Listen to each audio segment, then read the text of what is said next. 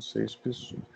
Bom, gente, eu vou só espelhar aqui o meu computador para que vocês vejam, para a gente fazer mais uns 10 minutinhos só da correção da avaliação passada.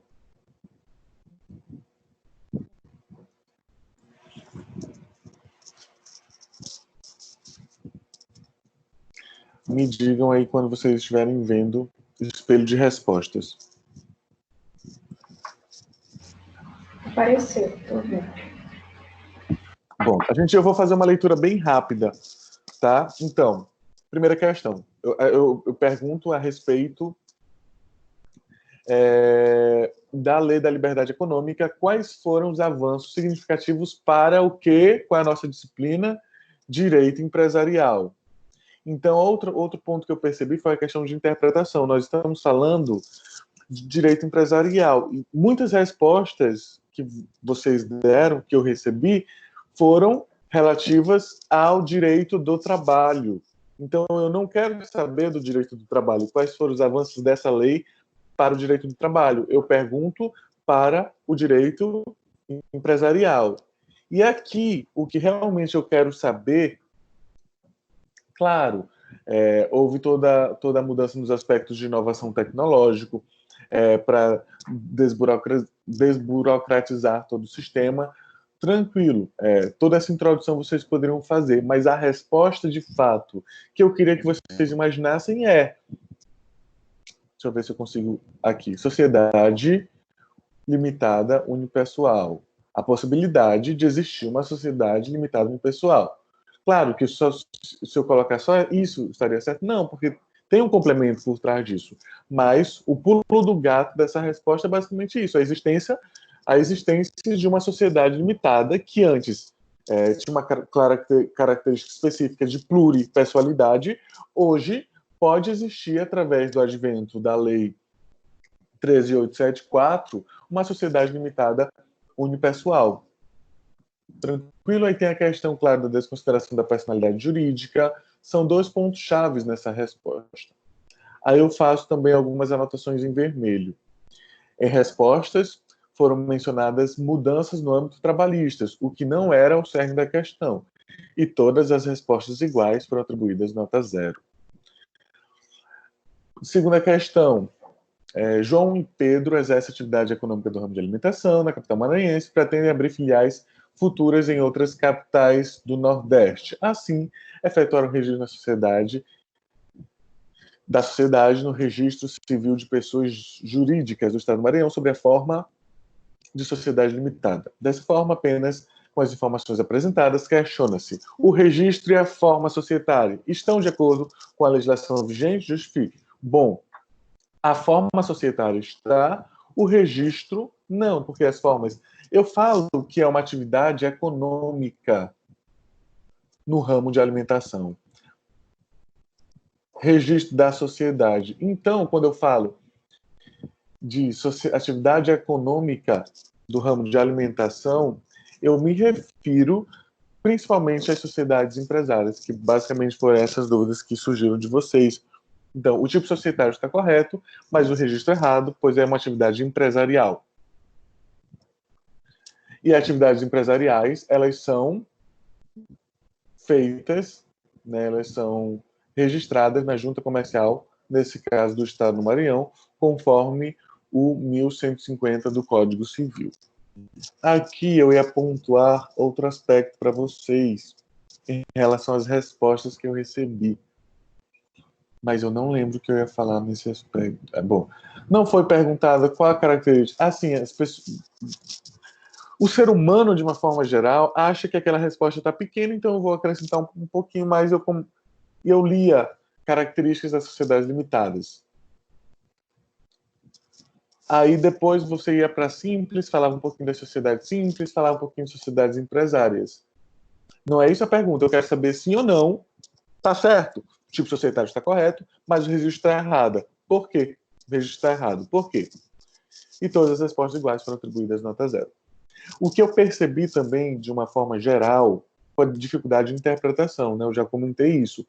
Muitas provas eu lia, por exemplo, eu perguntava alguma coisa, aí a resposta era, você falava não, mas a justificativa era para o sim e não para o não.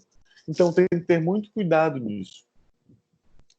Rúbia é sócia de uma atividade empresária limitada, sociedade empresária limitada, no ramo de vestuário. A sociedade passa por uma crise financeira, devendo a vários fornecedores. A sociedade foi executada por um dos fornecedores. Nesse caso, há a possibilidade de Rúbia responder com os seus bens particulares? Gente, é a questão mais fácil da prova. Se é uma sociedade limitada, não há o que se falar de responsabilidades pessoais em dívidas. Então é não. A sociedade constituída é que vai responder com o seu patrimônio, pois possui responsabilidade patrimonial e processual. Aí aqui eu faço alguma explicação. Sendo assim, a sociedade limitada, a responsabilidade de cada sócio é restrita ao valor de suas cotas, mas todos respondem solidariamente, talvez vocês tenham se confundido aí, todos respondem solidariamente pela integralização do capital social. Então é antes desse tipo de execução. Quarta, Matias e Érica desejam construir uma sociedade empresária vislumbrando um bom negócio para o ramo do turismo. Aqui provavelmente pergunto se Matias... Vou direto para a pergunta. Érica, pode contribuir com a prestação de serviço para a formação do capital social? Então, Matias pode contribuir com dinheiro e como Érica pode contribuir com serviços? Não. O capital social é dividido em cotas de valor igual ou não, e pode ser integralizado em moeda corrente, bem ou direito. Serviço, hoje em dia, no direito atual, no direito brasileiro atual, não pode ser constitutivo de sociedade. Artigo 1055. E, claro, a mera reprodução do artigo não pontua. Eu só jogo o artigo aqui. Eu não digo nenhum não, nem um sim, nem nada. Eu só jogo o artigo aqui e reproduzo ele, não pontua. 3 amigos, vou direto para a pergunta. Diante disso, baseado no ordenamento jurídico vigente, pergunta-se: existe a possibilidade de determinada pessoa que não seja sócio ocupar o cargo de administrador em uma sociedade limitada? Isso aqui basicamente é a letra da lei do 1065. Sim, nesse caso está designado. Essa designação dependerá da aprovação da unanimidade dos sócios, enquanto o capital não tiver sido integralizado, ou 2/3, no mínimo, após sua integralização. Acho que eu não tive, pelo visto, problema nenhum com essa resposta. 6. É questão de Eireli, e diz assim: é possível a transformação societária em LTDA para Eireli, concentrando todas as cotas da modalidade societária anterior no único sócio? Júlio César poderá, então, ser detentor de 2 empresas na modalidade Eireli? Bom, aqui eu pergunto 2 perguntas, me permita a redundância. Eu pergunto 2 questões, então eu quero 2 respostas. Então, o que eu observei em algumas foram apenas uma resposta. Sim, é possível todas as cotas da modalidade societária anterior no único sócio, ou seja, é possível haver a transformação societária, independente das razões que motivaram tal concentração, morte ou todo mundo me passou, não sei, mas é possível que as cotas venham para um único sócio. Beleza. Tal caso é denominado de transformação societária. Tranquilo, a gente já falou sobre isso. Entretanto, uma pessoa natural somente poderá configurar em uma única empresa na modalidade Eireli, de acordo com o 980A, parágrafo 2º. Então, basicamente, as respostas estavam basicamente no mesmo artigo 980A. Aí eu coloquei algumas observações aqui. Não foi questionado sobre as características da Eireli, ou seja, eu não quero saber quais são as características, quantos salários mínimos precisa ter, quantas pessoas precisa ter para eu ter uma Eireli. Eu não perguntei isso, só quero é um caso concreto. É possível? Sim, não. Por quê? A questão continha 2 perguntas, a resposta de apenas uma delas enseja na perda da metade da questão, pelo menos, todas as respostas iguais para atribuídas nota 0.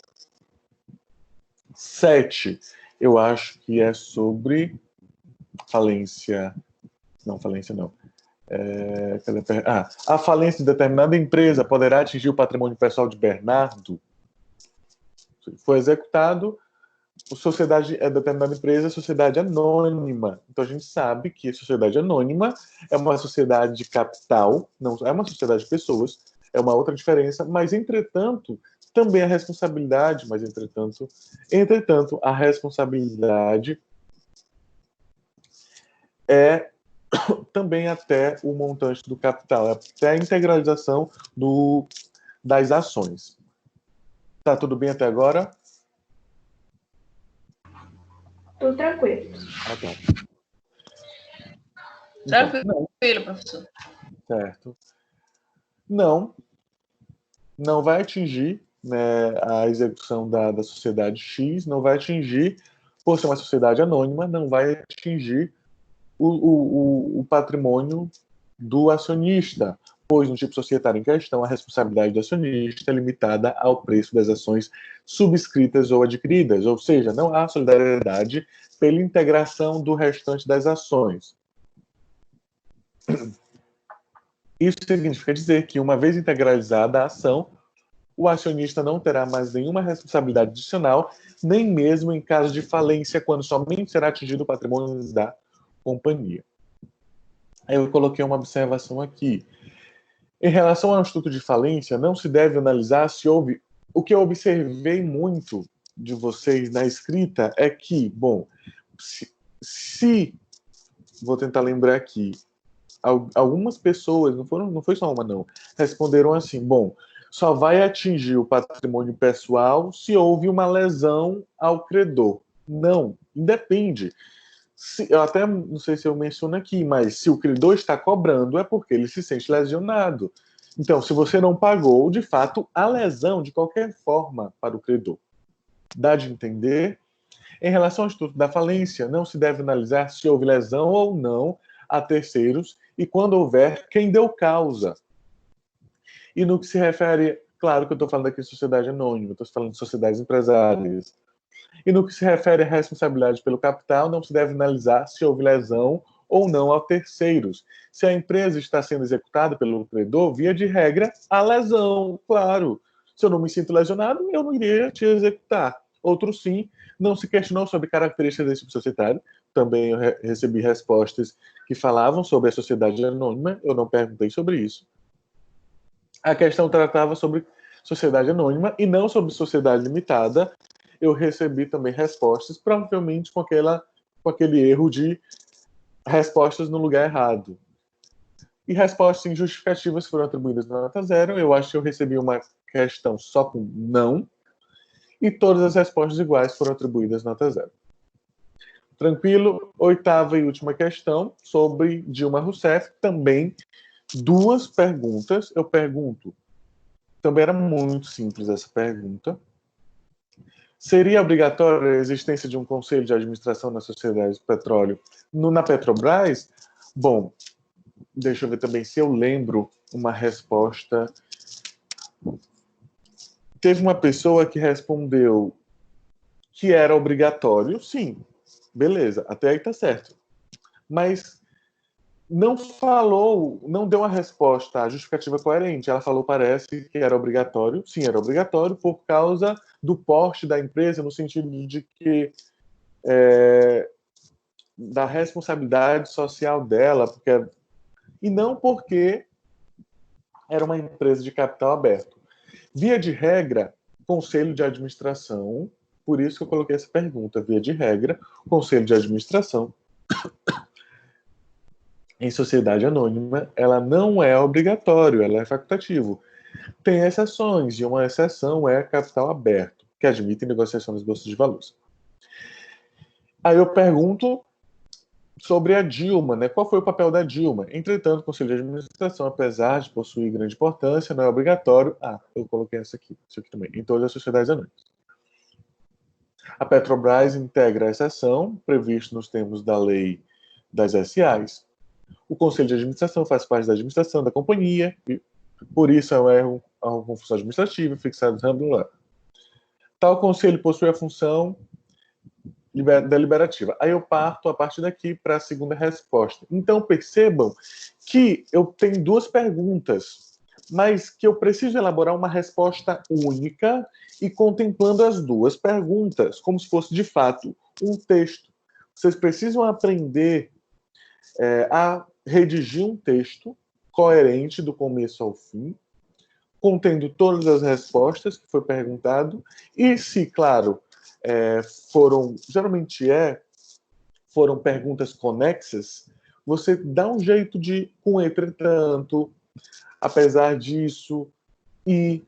Então, não divida resposta 1, resposta 1, resposta 2. Não divida o seu texto dessa forma, com esse tipo de marcadores. Faça um texto visualmente mais bonito e mais interessante de se ver e de ler também. Bom, aí eu escrevi assim: Dilma Rousseff, presidindo tal conselho, teve papel principal na decisão de compra da refinaria em questão ao votar a favor com impacto no futuro da empresa. A sua função básica deveria ser manter na tomada de decisão direcionamento estratégico dos negócios, direcionamento estratégico à visão de futuro, de acordo com os principais interesses da organização. Assim, tal responsabilidade recaiu sobre ela. A questão continha duas perguntas. A resposta de apenas uma delas enseja a perda da questão, de pelo menos metade dela, e todas as respostas iguais foram atribuídas nota zero. Tranquilo? Essa foi a nossa prova, que, ao meu ver, estava muito simples, de verdade. Se você pegou a prova assim, observou... Simples, professor? Que questões difíceis, quem foi que falou? Que questões difíceis, mas a intenção, de fato, foi facilitar. Se você pegar aquela questão que eu estou perguntando, se eu posso entrar em uma sociedade com serviços, a gente falava isso na primeira aula, a gente falou sobre isso. Na segunda, a gente continuou falando sobre isso. Sociedade limitada, se... Eu achei difícil, né? Particularmente, eu achei muito difícil. Gente, não estava. Então, faltou um pouquinho de... prestar um pouquinho mais de atenção em alguns detalhes, ou então estudar um pouquinho mais, também seria, talvez, né, uma opção. Mas quando eu pergunto, por exemplo, a Amanda que falou, né? Em uma sociedade limitada,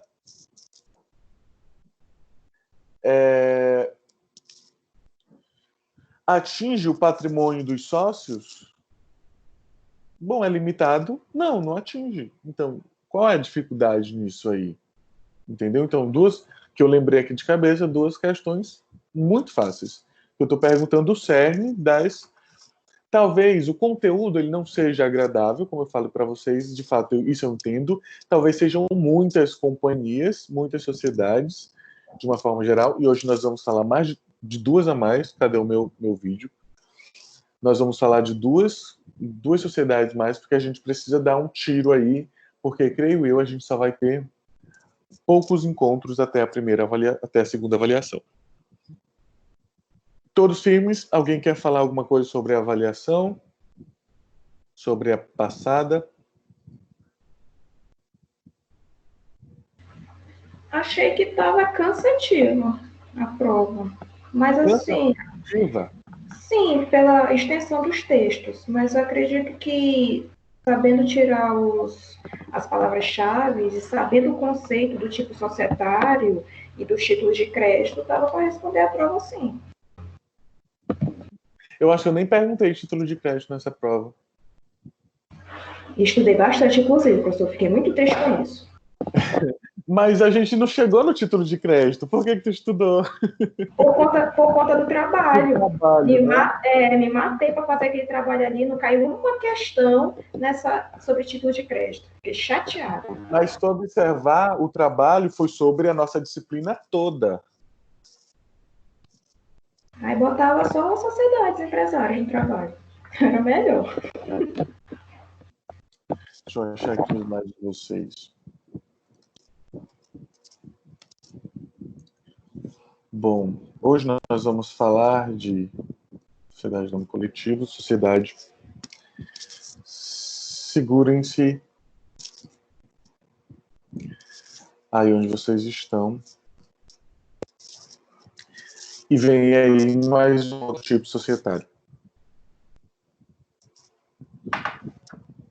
Que, inclusive, ele vai se reunir à sociedade simples, lá no começo das nossas aulas, que fala de sociedades despersonificadas.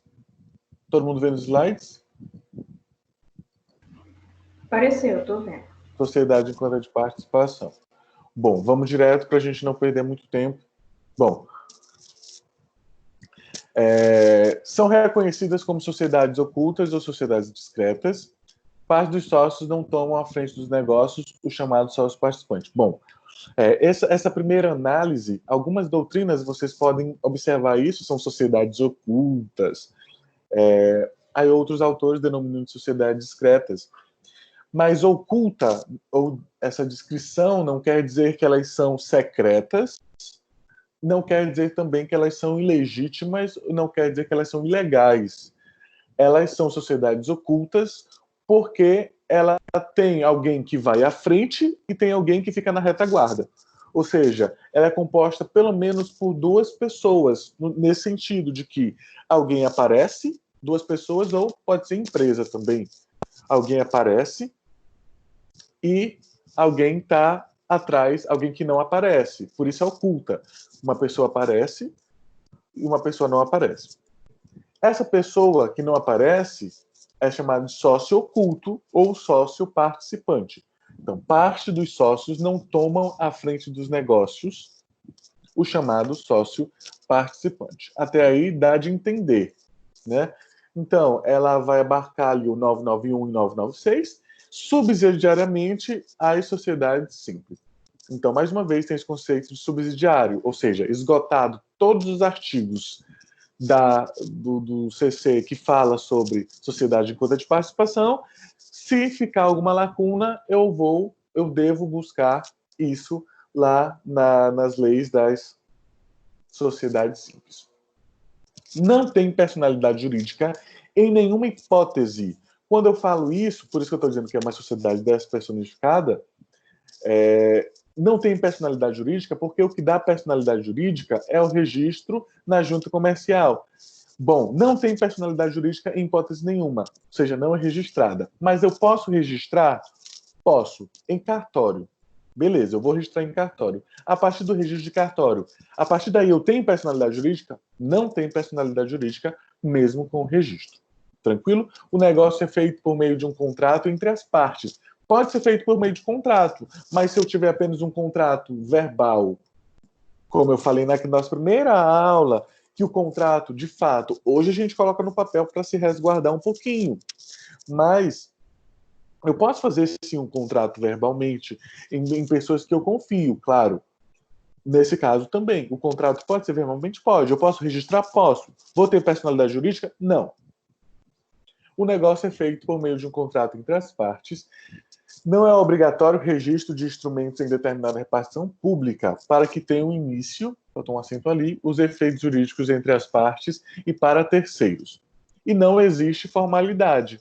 Como vocês estão vendo, não existe formalidade. Eu vou dar um exemplo um pouquinho mais para frente, para que vocês entendam um pouquinho mais. Então, o 992 diz assim: a constituição da sociedade em conta de participação independe de qualquer formalidade e pode provar-se por todos os meios de direito. Inclusive, é o finalzinho, eu acho que tem um slide sobre isso. Como é que eu provo, já que eu não tenho registro na junta comercial? Como é que eu provo? Já que eu não elaborei um contrato e registrei em cartório, como é que eu provo? Então, aqui fala qualquer meio, todos os meios. Uma foto, um áudio, um vídeo, uma reunião que as pessoas estavam juntas, que tem alguma coisa. Então, eu consigo provar isso a partir daí. Tranquilo? 993. O contrato social produz efeito somente entre os sócios. Professor, Oi. eu não entendi essa parte aí. Ela não tem registro, mas pode ir por cartório? Eu não entendi. Quando a gente fala em registro, a gente fala de registro para dar uma personalidade jurídica. Ela não tem registro na junta comercial. Ela não é registrada na junta comercial. Ela pode ser registrada em cartório. Pode, quer dizer que a pessoa pode ou não fazer. Tem essa faculdade. Então, não necessariamente, se eu não quero registrar nada, eu quero só fazer esse negócio com você, eu vou investir nisso, mas eu não quero aparecer, eu só quero investir. É isso que vocês vão ver mais para frente, que geralmente o sócio oculto é aquele sócio que só investe. Eu pago e você vai na frente, e o que você que tem um know-how, você que tem um conhecimento, vai à frente. O lucro a gente divide. Então eu só gastei esse dinheiro, mas se tiver lucro, a gente divide entre si. Bom, eu não registrei nada. Eu não fui no cartório registrar esse contrato que a metade seria minha, ou que 60% seria teu, e os outros 40% seriam meu. Não registrei nada. Mas quando for oferir o lucro, essa divisão deve acontecer. Não aconteceu, aí nós vamos procurar os meios judiciais para isso. Aí eu posso provar de outras formas. Deu de entender? Sim, entendi. Obrigada. Nada. Bom, o contrato social produz efeito somente entre os sócios. Ou seja, se eu fizer um contrato com a Amanda, esse contrato ele não vai ter efeitos para o credor, por exemplo, para a pessoa que eu estou devendo. Ele não vai ter efeito, ele não vai querer saber como é que a sociedade foi formalizada, foi pensada. Não, ele só vai ter efeito para eu e para você, para as duas pessoas que estão na relação de sociedade. Vocês vão entender um pouquinho mais como isso funciona mais para frente. E a eventual inscrição de seu instrumento em qualquer registro não confere personalidade jurídica à sociedade, que a gente também já falou isso um pouquinho. Bom, aqui está ele. O que seria um sócio ostensivo? É aquele que aparece, que perante terceiros faz todos os atos necessários de obrigação do negócio. Ou seja, ele contrai as obrigações e contrai os direitos também. Como contratação de empréstimos bancários. Ou seja, o empréstimo bancário não vai ser em nome da sociedade. Por isso que a gente fala que o contrato social produz efeitos apenas entre si. Por quê? O contrato bancário, um contrato de empréstimo bancário, não vai ser em nome da sociedade. Porque não tem personalidade jurídica, vai ser em nome do sócio ostensivo. Se o sócio ostensivo não pagar o determinado empréstimo, eu vou procurar a sociedade? Não, porque a sociedade, via de regra, ela não existe. Eu vou procurar o sócio ostensivo. Aluguel de imóveis e equipamentos pertinentes ao desenvolvimento do objeto social, contratação de mão de obra, rescisões contratuais, tudo isso quem vai responder é o sócio ostensivo. Responsável também por eventuais dívidas do negócio. Participa ativamente e a responsabilidade é ilimitada. Então, o sócio ostensivo, ele tem essa responsabilidade limitada. Isso significa dizer que eu posso, sim, executar o patrimônio pessoal dele. Agora, o sócio oculto, aquela pessoa que está na retaguarda, o sócio participante, integra, eu digo logo que a responsabilidade dele é limitada, ou seja, até a parte que ele pagou. Injeta recursos financeiros no empreendimento. O sócio participante contrai a obrigação apenas perante o sócio ostensivo. Ou seja, eles têm uma obrigação entre si. Qual é a obrigação, por exemplo? É a divisão do lucro de 50%. Divisão do lucro de 60 para um e 40 para o outro. Então, isso é uma obrigação perante eles dois. Não diz respeito a mais ninguém. O participante contrai a obrigação apenas perante o sócio ostensivo e nos termos do que houver sido acertado entre eles no contrato de sociedade em conta de participação. O sócio participante pode renunciar a esta condição, ou seja, qual a condição de um sócio participante? É a condição de não aparecer. É a condição de Você vai, o sócio ostensivo vai à frente e eu fico aqui só injetando dinheiro. Mas eu posso? Não, eu quero também participar das negociações. Eu posso fazer isso? Posso. Tem um artigo que fala sobre isso, inclusive, que é o parágrafo único do 993, que diz assim: sem prejuízo do direito de fiscalizar a gestão dos negócios sociais, o sócio participante não pode tomar parte nas relações do sócio ostensivo com terceiros, sob pena de responder solidariamente com este pelas obrigações em que intervir. Bom, aqui fala não pode, tranquilo, mas se isso acontecer, aí sim eu vou responder solidariamente. Vamos agora ao caso concreto, de fato, para que vocês também entendam um pouquinho mais como funciona a roupagem desse tipo societário. Vamos supor que é até um exemplo clássico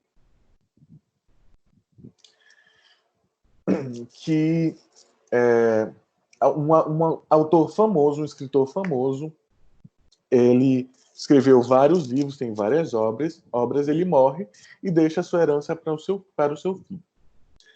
O filho, munido desse material, de fato, tem um valor agregado nesse material, desse famoso escritor. Esse filho que recebeu todo esse material como herança pode fazer o que quiser com ele. E esse filho teve uma ideia: eu vou procurar uma editora, monto uma sociedade. Deixa o helicóptero passar.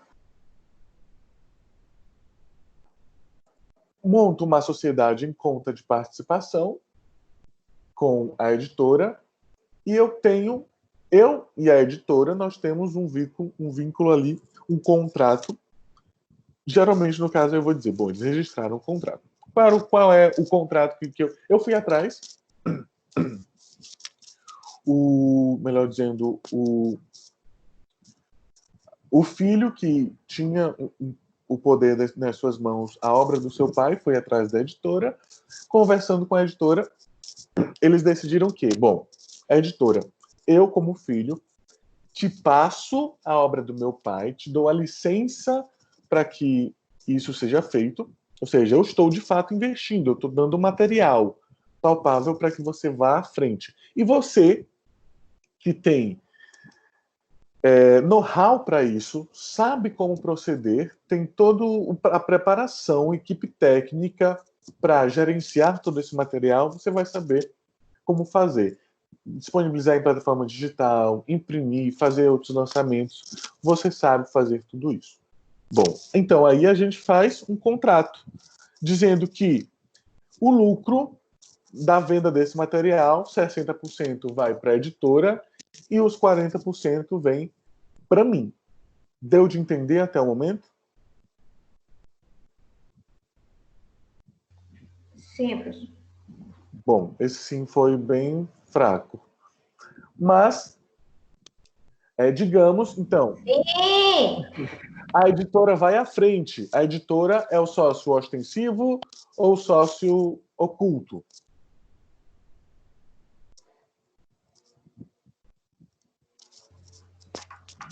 Ostensivo. Sim, ostensivo. Ela vai à frente, ela vai negociar. Do outro lado, eu tenho esse filho que herdou do pai, ele é ostensivo oculto ou oculto? Oculto. Ele é oculto. Ele está lá atrás. Beleza. Se acontecer alguma coisa, a editora negociou com algum credor, mas não conseguiu pagar o que ela negociou. O credor vai atrás da editora, do sócio oculto ou dos dois?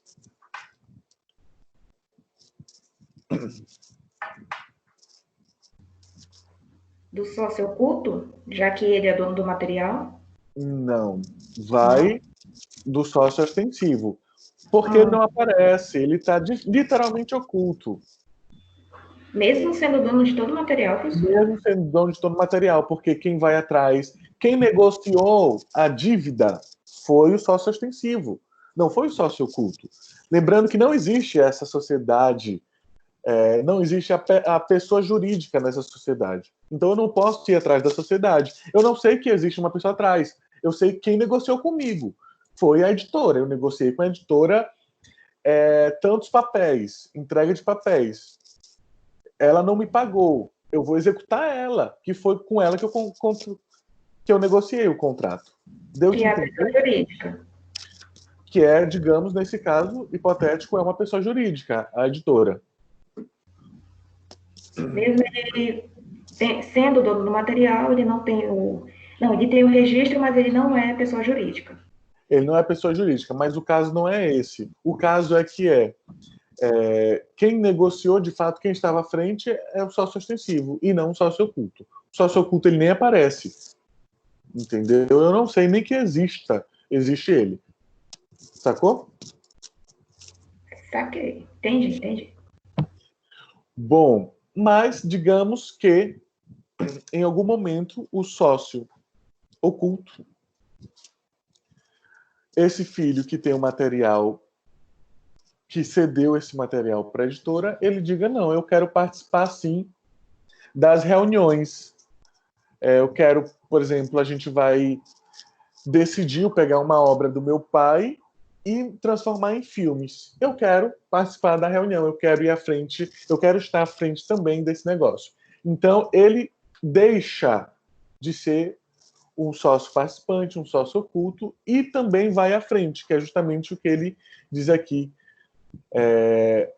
sob pena de responder solidariamente com estes pelos obrigações em que intervir. Beleza, eu estava participando, eu como sócio oculto, estava participando dessas reuniões. Bom, se a gente não conseguir cumprir a dívida, aí sim ele também pode vir atrás de mim, porque eu posso responder solidariamente.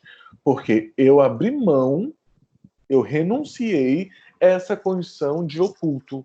Eu vi à frente, eu apareci, eu participei das reuniões, eu comecei a negociar. Então, o sócio, o credor, ele pode também vir atrás de mim. Tranquilo? Isso é questão de prova. Tranquilo. Já tô até vendo. Rapaz. É questão de prova mesmo. A contribuição do sócio participante, 994. A contribuição do sócio participante constitui, com a do sócio ostensivo, patrimônio especial, objeto da conta de participação relativa aos negócios sociais. Parágrafo 1º. A especialização patrimonial somente produz efeitos em relação aos sócios. Eu acho que eu tenho aqui algo sobre isso. A falência do sócio ostensivo acarreta a dissolução da sociedade e a liquidação da respectiva conta, cujo saldo continuará um crédito quirografário, que é um crédito que já existe ali no meio. E falindo o sócio participante, o contrato social fica sujeito às normas que regulamentam os efeitos da falência no contrato bilateral do falido, o 994. A gente vai passar, eu acho que eu tenho um slide falando específico sobre isso, que é justamente a formalização. Não há necessidade de apontar, no caso do contrato social, objeto, capital social, sede ou formas de dissolução. Não tem essa formalidade, como a gente já falou. Mas se, no caso de falência do sócio ostensivo, há a dissolução de fato da sociedade e a liquidação da respectiva conta. Orienta-se que as partes, somente entre si, isso é claro, é uma orientação, façam um instrumento estabelecendo as principais obrigações e os deveres, principalmente em relação às hipóteses de dissolução da sociedade, cartório de títulos e documentos. E o registro da sociedade, em qualquer cartório, não dará personalidade jurídica à sociedade, mas pode ter uma inscrição aqui meio que aleatória, mas pode ser verbal, a gente já até conversou sobre isso. Bom, composição. Entrada do sócio. Pode ter, como que entra mais sócios nessa sociedade? Anuência de todos os demais sócios. Salvo a estipulação em contrato, o sócio ostensivo não pode admitir novo sócio naquele negócio sem o consentimento expresso dos demais sócios. Então, eu só posso admitir outra pessoa na minha sociedade se tiver a anuência de todos eles. Falência. Bom, o sócio ostensivo. Se houver falência do sócio ostensivo, há, de fato, a dissolução da sociedade. Claro que é ele que estava indo negociar. Se ele fale, a sociedade ela é desfeita. A conta é liquidada e o saldo vira um crédito quirografário, que foi justamente o que a gente leu. Eu acho que vou puxar aquele slide para cá, fica um pouquinho mais fácil. Travou aqui o negócio, peraí. Bom, os sócios participantes aplicam-se as regras da falência dos contratos bilaterais do falido. É um contrato entre as duas partes. Vocês ainda não têm essa disciplina de contrato, não, né? Ou estão tendo? Não, ainda não tem. Próximo. Vocês estão tendo obrigações, depois vem contratos, não é isso? Isso, só no próximo. Pronto. Aplica-se a sociedade em conta de participação subsidiariamente e no que com ela for compatível, o disposto para a sociedade simples. A gente também já comentou sobre isso. E a sua liquidação rege-se pelas normas relativas à prestação de contas na forma da lei processual.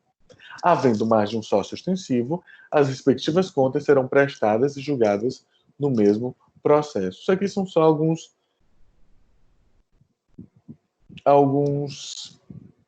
observações. Patrimônio. Bom, como ocorre o patrimônio? Ocorre o que nós chamamos de patrimônio de afetação. É um bem... Bom, se eu estou liquidando, no caso de falência, se eu estou liquidando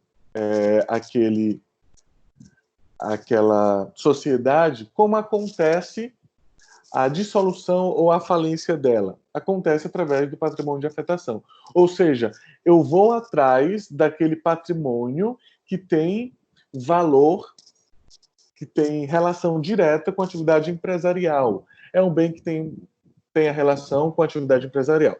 No caso de dívidas, se executará primeiro os bens que têm relação direta com a sociedade, para só depois executar o patrimônio do sócio ostensivo. Porque o patrimônio do sócio ostensivo, no caso da sociedade de participação, ela é ilimitada. E o sócio oculto, ela é limitada. Isso também vocês não podem esquecer. Que, inclusive, é uma diferença primordial entre eles dois. Responsabilidade limitada, sócio ostensivo. Responsabilidade limitada, sócio participante, oculto. Bom, e prova pode ser provada por qualquer meio de prova, que a gente já comentou aqui. Tranquilo? Alguma dúvida? E, professor, eu fiquei em dúvida nessa questão de limitado e limitada. Bom, sócio, primeira coisa que eu tenho que saber é que existem dois tipos de pessoas nessa sociedade. Um sócio ostensivo, que vai à frente negociar, e um sócio oculto, que fica atrás. Na sociedade em conta de participação, a responsabilidade do sócio ostensivo, aquela pessoa que vai à frente, ela é ilimitada. Ou seja, em caso de falência, em caso de execução, eu primeiro executo o patrimônio da empresa, da sociedade, na verdade, para depois, mas eu tenho que ir atrás, mas depois eu vou atrás dos bens do sócio ostensivo, só do sócio ostensivo. Tranquilo? Ah, mas tem aquela pessoa, no caso dessa editora, por exemplo, a editora foi executada por uma dívida. Ele vai atrás do sócio ostensivo? Do sócio oculto? Não, não vai atrás. Eu vou atrás do sócio ostensivo. Então, eu vou atrás do sócio ostensivo primeiro, executo tudo, consigo um dinheiro com todos os equipamentos e máquinas e imóveis, é uma dívida muito grande, imóveis que tem a ver com a editora deles. Beleza, não consegui quitar a dívida. Aí sim eu parto para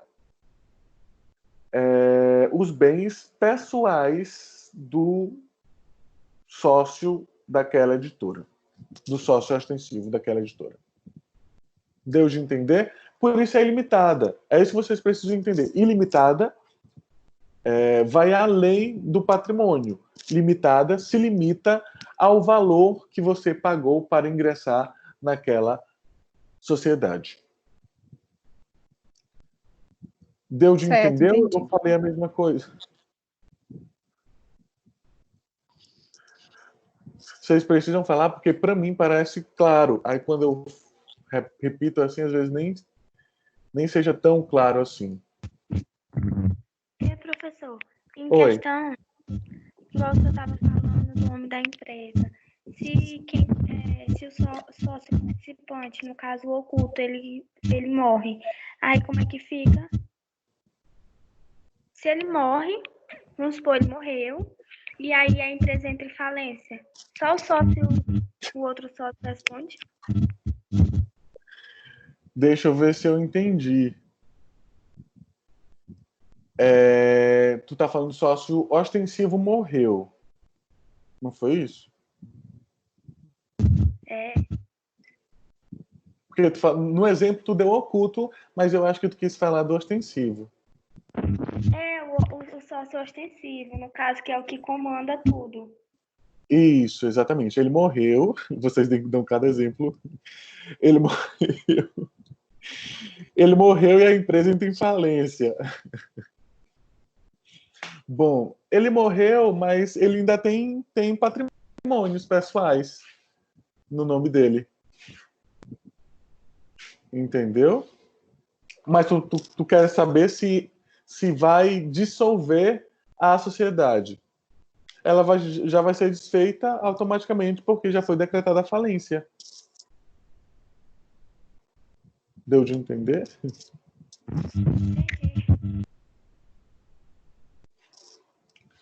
Mas nesse exemplo que tu falou, eu ia falar outra coisa também, que foi até importante tu lembrar. Mas eu esqueci. Ah, sim, beleza. Eu acho que era...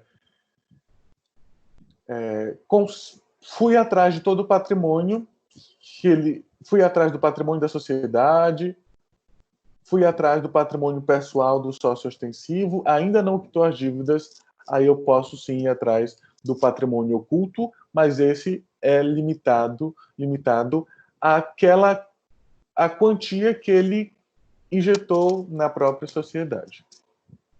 Parece um pouquinho confuso, sim, eu entendo vocês. Bom, podemos partir para outra?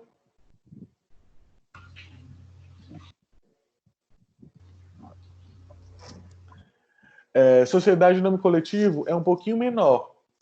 A gente já sai de uma sociedade despersonificada para uma sociedade personificada. Ela já tem uma personalidade jurídica, ela já exige um registro na junta comercial. Ela vai estar ali entre o artigo 1039 e 44 e aplicam-se as normas das sociedades simples subsidiariamente, que é o que diz lá o artigo 1040. É um modelo genérico. Quando a gente fala que é um modelo genérico, é porque muitas vezes a gente não sabe, quando a gente olha uma sociedade, a gente não consegue identificar se ela é limitada, se ela é sociedade anônima. Quando não vier identificado, geralmente é sociedade em nome coletivo. Tranquilo? Agora, eu só queria pedir outro favor para vocês. Quando a gente fala de sociedade, que você sempre remeta a outras. Por exemplo, por que eu devo escolher sociedade em nome coletivo e não sociedade limitada? Isso é uma questão boa de prova. Vocês gostam tanto de falar assim. Isso é uma questão boa de prova. Por que isso e não aquilo? O que me faz ser atraído para uma sociedade limitada e não uma sociedade anônima? Mas por que eu vou para a sociedade anônima e não uma limitada? Quais são as características pertinentes que eu preciso enxergar para que eu escolha uma e a outra, ou não a outra? E como é que eu faço essa transformação? Eu posso sair de uma para outra? Geralmente sim. Bom, é indicado para empreendimentos que requer poucos custos. Então aqui já está basicamente por que eu tenho que escolher uma sociedade em nome coletivo e não uma sociedade limitada. Geralmente porque a minha principal característica é indicado para empreendimentos que requer poucos custos, poucos riscos. Ou seja, uma empresa de consultoria, ou então uma empresa que eu não tenho um imóvel, eu não aluguei o imóvel todo, eu entrei naquela que agora é moda, né? Aquele coworking. Eu divido com outras pessoas conta de telefone, conta de internet, conta de energia, conta de água. Então eu tenho, de fato, poucos custos. Ideal para o contexto em que os sócios são bem próximos um do outro e não desejam se associar com desconhecidos. A gente fala, inclusive, que a sociedade em conta de participação é aquela sociedade em que, de fato, os sócios querem se associar com determinadas pessoas. Eu estou fazendo uma sociedade porque eu quero me associar com Maria. Com ela, eu quero fazer uma sociedade com ela. Se for com outra pessoa, eu não quero. Então, são pessoas que querem ter uma relação muito próxima entre si. E eles querem se associar. Por eles querem se associar, eles geralmente preferem, e se tiver, claro, poucos riscos envolvidos, toda empresa tem riscos.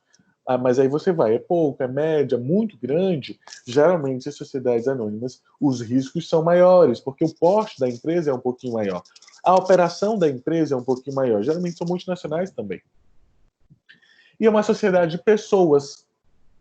Tem um caráter personalíssimo. Ou seja, a gente viu também lá na nossa primeira aula que a sociedade, de uma forma geral, ela pode ser uma sociedade de pessoas, pode ser uma sociedade de capital, que é o caso das sociedades anônimas, pode ser uma sociedade mista. No caso aqui da sociedade de conta de participação, de nome coletivo, ela é uma sociedade de pessoas. Ou seja, eu quero me associar com fulano de tal.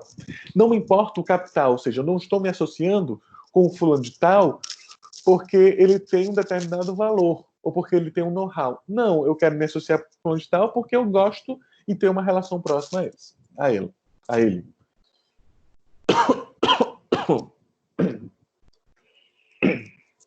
Todos os sócios respondem pessoalmente, ilimitadamente e solidariamente pelas responsabilidades sociais. Aqui, se vocês perceberem, é semelhante à sociedade limitada. Ou seja,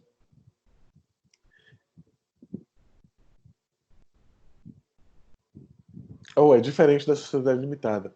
Ou seja, esgotados os patrimônios da sociedade, os credores podem demandar o cumprimento compulsório sobre o patrimônio dos sócios. Além disso, os credores podem escolher um único sócio para cobrar a totalidade das dívidas, sem respeitar uma ordem de preferência, um assuntinho, entre os sócios.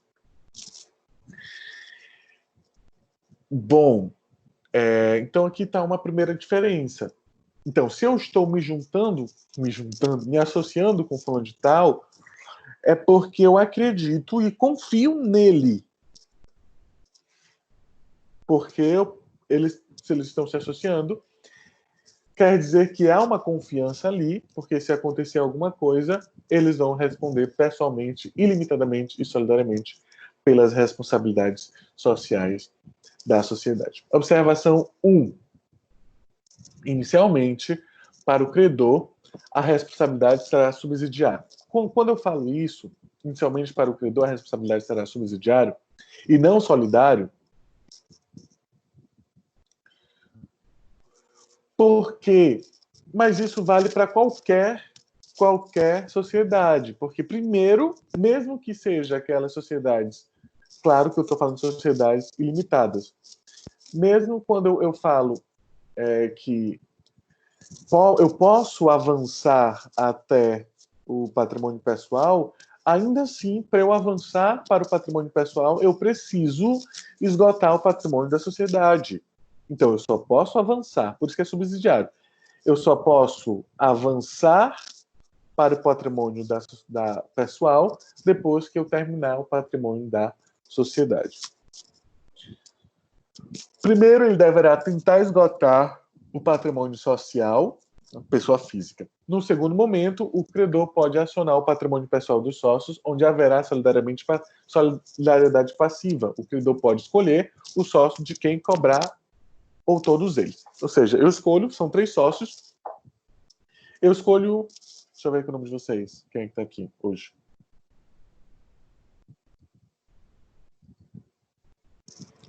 Temos Ana, Bárbara e Lucilete. Então, elas três formam uma sociedade em nome coletivo. Entretanto, eu, como credor, vou escolher Ana para cobrar essa dívida.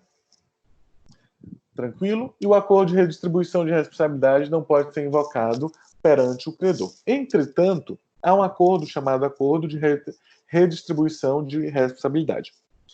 Isso também é questão de prova. Podem anotar aí, por favor. Bom, acordo de redistribuição de responsabilidade é algo assim. No contrato social, eu falo assim, bom, nessa sociedade, eu não... eu me eximo de qualquer... Eu não posso, na verdade, ser alcançado, eu não posso ser cobrado de acordo com o contrato. O credor ele só deve cobrar de Bárbara e Lucilete. Ana Lourdes, ela vai ficar livre. Todo mundo concordou, tranquilo, vamos assinar aqui que quem deve responder de fato pela sociedade é Bárbara e Lucilete. Tranquilo? Ana Lourdes, pelo contrato que eles celebraram, vai ficar de fora. Entretanto, se o credor escolher Ana Lourdes para cobrar a dívida, ela não pode dizer, bom, eu não posso, porque lá no contrato eu tô livre de qualquer cobrança no meu patrimônio pessoal. Ela não pode fazer isso nesse primeiro momento. Então ela tem que, de fato, ela vai ser executada. Ela sendo executada, aí sim ela vai cobrar dos outros. Redistribuição, então o acordo de redistribuição de responsabilidade não pode ser invocado ou posto perante ao credor. Digo, bom, no meu contrato eu disse que eu tenho um acordo de redistribuição de responsabilidade. Então, eu não tenho responsabilidade nenhuma de acordo com o contrato que a gente fez. Mas você não pode dizer isso para o credor. Só na fase final. Você foi executado, você pagou sua dívida, saldou seu débito, aí sim, bom, já que eu paguei foi 300 mil. Para ficar mais claro, tem uma sociedade, eu montei uma sociedade, tinha Ana, Lucilete e Priscila. Deixa eu ver se eu consigo abrir um quadro aqui.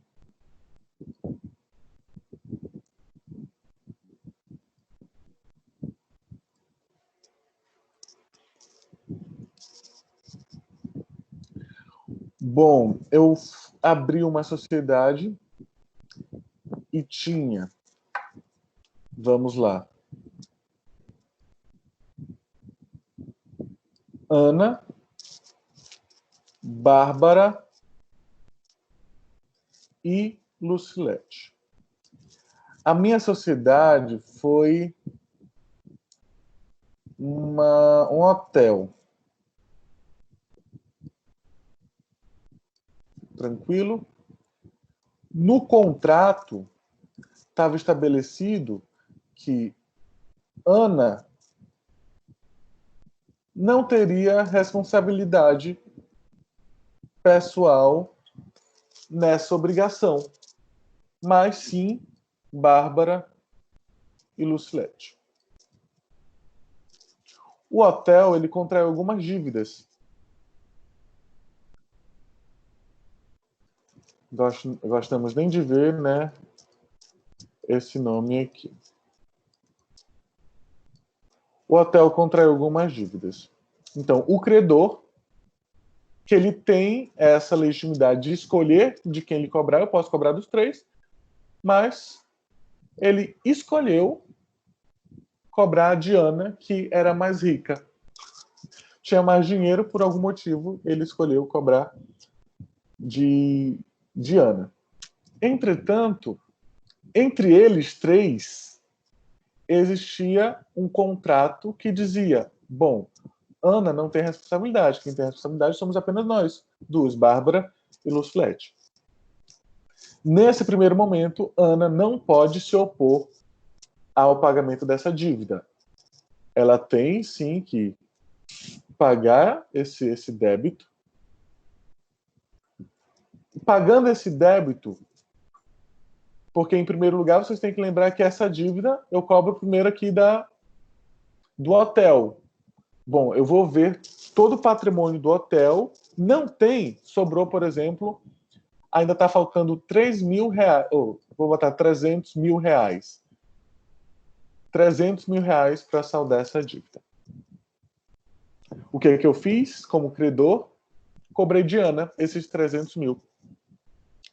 Ana não pode se opor, ela pagou esses 300 mil.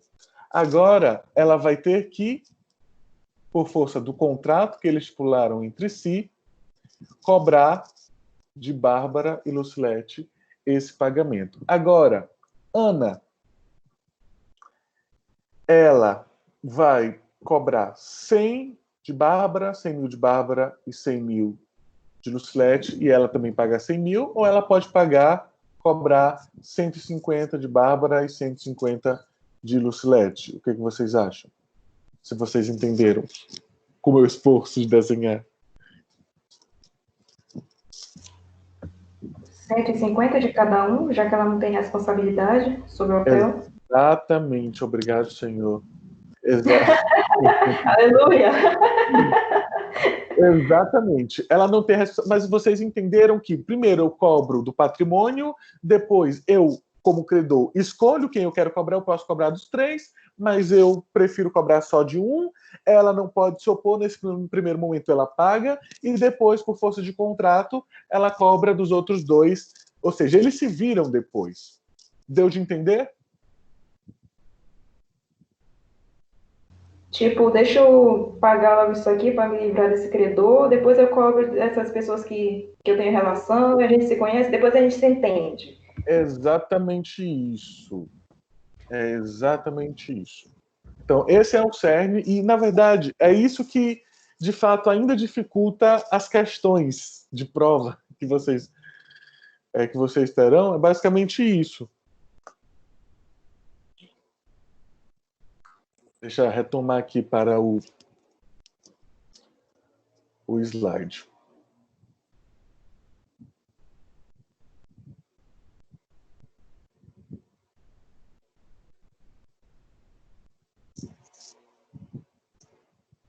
Está demorando a carregar. Pronto, voltou.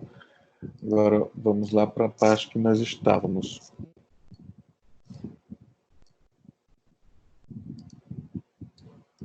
Bom, ainda nas características, não permite a participação de incapazes. Claro, nós estamos falando de pessoas que, em razão da ausência de limitação da responsabilidade, ou seja, estou falando que eu preciso cobrar de alguém, e se a pessoa for incapaz, talvez ela também seja incapaz de saldar esse tipo de dívida. Trata-se de uma sociedade de pessoas, nós já falamos sobre isso, e é proibida a administração de pessoas que não seja sócio. Mais uma vez, eu não posso inserir aquele administrador profissional, como outras sociedades, inclusive a sociedade limitada, que foi questão de prova. Eu posso inserir sócios que não sejam administradores, que não sejam sócios. Nesse caso, eu não posso fazer isso. Ou seja, o administrador tem que ser um dos sócios. Artigo 1039. Somente pessoas físicas podem tomar parte da sociedade em nome coletivo, respondendo todos os sócios, solidário e ilimitadamente pelas obrigações sociais. Pessoas físicas, também isso é muito importante. Sem prejuízo da responsabilidade perante terceiros, podem os sócios, no ato constitutivo por unanimidade, convenção posterior, limitar entre si a responsabilidade de cada um. Ou seja, eu vou limitar que a responsabilidade de fulano de tal é só 100 mil. Ou seja, se acontecer alguma coisa, fulano de tal só vai dever 100 mil. 1043, 1042. Isso aqui a gente já falou também. A administração da sociedade compete exclusivamente a sócios, sendo o uso da firma nos limites do contrato privativo dos que tenham os necessários poderes. Não se pode contratar um administrador profissional. Quadro societário. Não aceita pessoas jurídicas. O credor particular do sócio não pode fazer parte do quadro societário. O credor particular do sócio pode pretender a liquidação da cota, a menos que a sociedade seja de prazo indeterminado. Também isso aqui ele vai afunilando um pouquinho mais para o nosso entendimento. O credor particular é uma dívida particular que um dos sócios tem. Ou seja, se eu tenho uma dívida com fulano de tal, com empresa tal, essa pessoa, na verdade, não pode fazer parte do quadro societário. O credor particular do sócio pode pretender a liquidação da cota, a menos que a sociedade seja de prazo indeterminado. Ou seja, eu sou o credor, você que tem uma empresa em nome coletivo, você me deve alguma coisa. Mas eu sei que você tem essa empresa e que nessa empresa a sua cota foi de 300 mil. E esse valor, ele me paga. Você consegue me pagar com esses 300 mil que você entraria nessa sociedade. Então, eu posso liquidar essa sua cota. Eu posso ir cobrar, eu posso ir atrás dessa sua cota. A menos que a sociedade seja por prazo indeterminado. Se a sociedade for por prazo determinado, o credor terá que esperar o prazo final da vigência da sociedade para liquidar a cota. Bom, firma social ou razão social. É um tipo de nome que a gente viu aqui, né? Foi nesse aqui? Não, foi nesse outro aqui.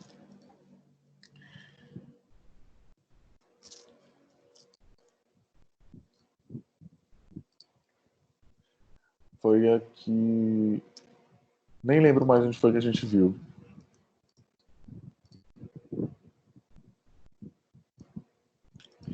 Que só pode formar essa sociedade em nome coletivo por firma social ou razão social.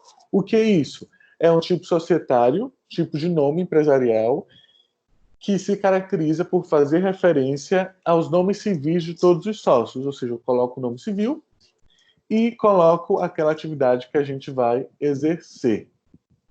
Ao menos todos os sócios ou ao menos ao de um deles, informando-se a existência de outros por meio da expressão como cia ou irmãos. Aí eu vou retomar lá a sociedade anônima. Quando a gente falou que na sociedade anônima, eu posso também chamar a sociedade anônima de cia, de companhia. E no nome dela, eu posso ter companhia fulano de tal, eu posso colocar esse cia no começo, eu posso colocar esse cia no meio, substituindo o SA. Eu nunca vou poder colocar o cia, representando a sociedade anônima, no final. Porque se eu colocar um cia no final, eu leio que se trata de uma sociedade em nome coletivo. Então, Souza e Silva Equipamentos Industriais. Ou então, Souza, Paulo Souza e Irmãos Equipamentos de Refrigeração. Então, basicamente isso, eu consigo formar a minha firma social e a razão social. Sempre, quando eu vejo firma, você vai lembrar sempre que é o nome da empresa, o nome de um dos sócios, pelo menos.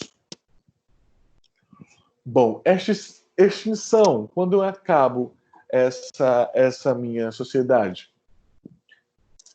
Bom, primeiro, vencimento do prazo de duração, claro, salvo se vencido este e sem oposição do sócio, não entrar a sociedade em liquidação, caso em que prorrogará por mais tempo indeterminado. Então, venceu o prazo da sociedade, se for por prazo determinado, claro. Consenso unânime dos sócios, tem um prazo determinado, mas eu quero encerrar antes. A gente encerra antes, todo mundo entrou em consenso. Deliberação dos sócios por maioria absoluta na sociedade por prazo determinado.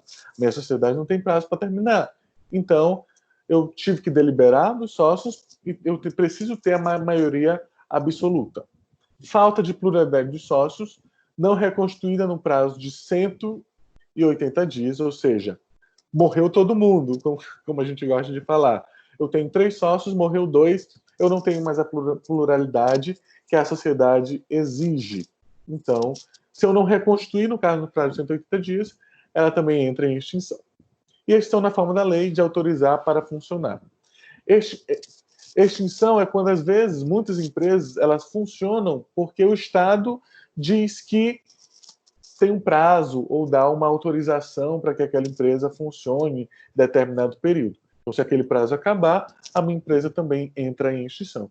E o último caso, que não tem no artigo 1033, mas que eu incluí aqui, é em caso, claro, de falência, aí também haverá a extinção da sociedade. Tranquilo?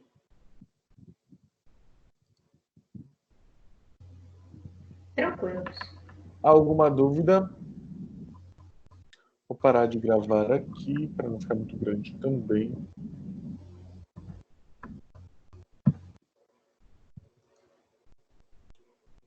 Onde é que para de gravar? Bom, gente, então